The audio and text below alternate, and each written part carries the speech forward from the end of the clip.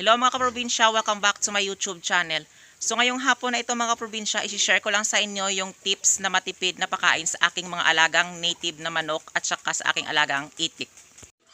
So yan mga kaprobinsya, ito yung balat ng kalabasa na kinuha ko. At saka ito naman yung repolyo na tira-tira yung hindi maganda na kaniyang yung dahon niya. So ayan, itinapon. So itong ginawa ko, tinadtad ko. Para walang sayang mga kaprobinsya, itong gagawin nyo sa mga sa mga tira-tira na mga gulay-gulay. So ayan, tinadad ko ng maliit. Ayan, so lagyan ko yan ng isang salok ng ipa ng mais. So ayan, ipa ng mais. So ayan. So ayan. So ayan. Siyempre ayan, maghahalo na sila. Ang maghahalo-haluin lang para pakain sa ating mga alagang manok. So lagyan natin ng konting tubig. Ayan, para maghalo. So ayan. Ganyanin lang natin.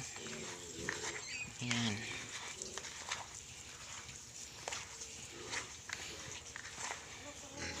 So ayan, yung isang kamay ko is nagvi-video at saka yung isa ito naghahalo ng pagkain ng manok. So ayan, gawin natin. Ayan. So ayan, yung maganda talaga ito kasi masustansyang pakain sa ating mga alagang manok. Pwede din sa ating mga alagang native pigs. Kaso lang ito is konti-konti lang ito. Kaya ipakain ko lang ito sa mga alaga kong itik at saka sa alagang manok. So yan mga kaprobinsya, yan lang yung pinapakainan ko sa kanila. Kasi hindi pa ako nakapagawa ng ng kanilang pakainan. So yan, kasi hindi ko inaasahan yung ibang mga manok dito na doon sa itaas. Is pumunta na sila dito at dito na sila nakikain. Ayan yun. Yung iba hindi na nakauwi doon sa bahay. Dito na lang sila minsan natutulog sa mga puno ng yan na puno ng kawayan. Pero okay lang din kasi safe naman dito sila. So yan lang talaga ang iniiwasan ko, baka merong ahas. So ayan, minsan tinicheck ko din sila paghating gabi. So ayan.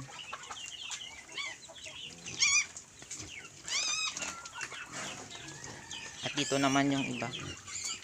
Ayan. Ayan sila.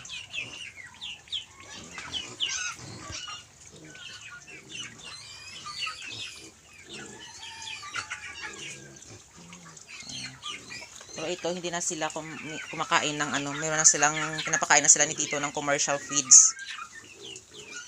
Para mabilis silang lumaki. Pero kasi nung bata pa sila is nasanay sila talagang kumakain ng mga ganyang mga tira-tirang gulay. Ayan, natatadtad ko at pinapakain sa kanila. O ayan kinakain niya yan.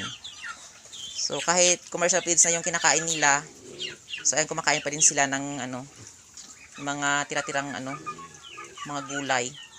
Yan talaga ang ang isang kaibahan talaga ng kahit 45 days pa. Nung dati binigyan kami ng 45 days na manok. So yan din yung yung pinapakain ko, yung mga tinatadtad na mga gulay-gulay, kinakain din nila. So ganyan talaga dito sa probinsya, sipag at syaga talaga sa pakain sa ating mga alagang manok. So kung masipag ka at may tiyaga, so sa mga ganyang bagay na pakain is nakakatipid ka talaga. At syempre yung manok is healthy din kasi healthy din yung kinakain nila is mga gulay-gulay. So ayan, dalawa na lang yung natira, yung native na baboy. So ayan, commercial feeds na yung pinapakain sa kanila.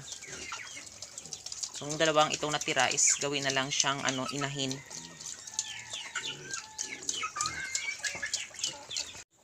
So ayan, meron akong isang inahin na doon yun sa itaas sa umuwi sa bahay namin. Kaso dito kasi is nasanay talaga siya dito nung maliit pa yung kanyang mga sisiyo na 3. So dito siya na dito siya na lang nakikain, nakitulog diyan. So ayan, dito rin siya nangingitlog. Ayan, yung kanyang itlog. So mahirap talaga kapag ganito, hindi safe yung kanyang iniitlogan, baka kainin ng mga mga asong gala. So ayan, sini-check ko din araw-araw yung kanyang itlog. Ayan.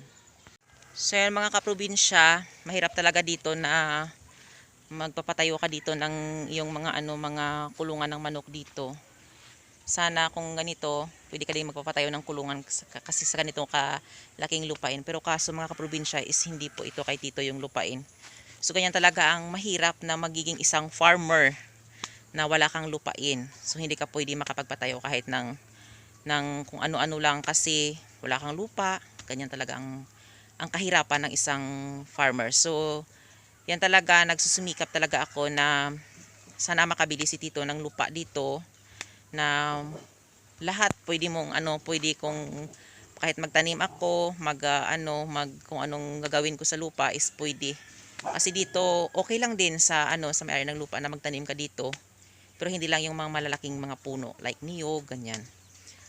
So mahirap talaga kasi hindi mo pag may-ari yung lupa.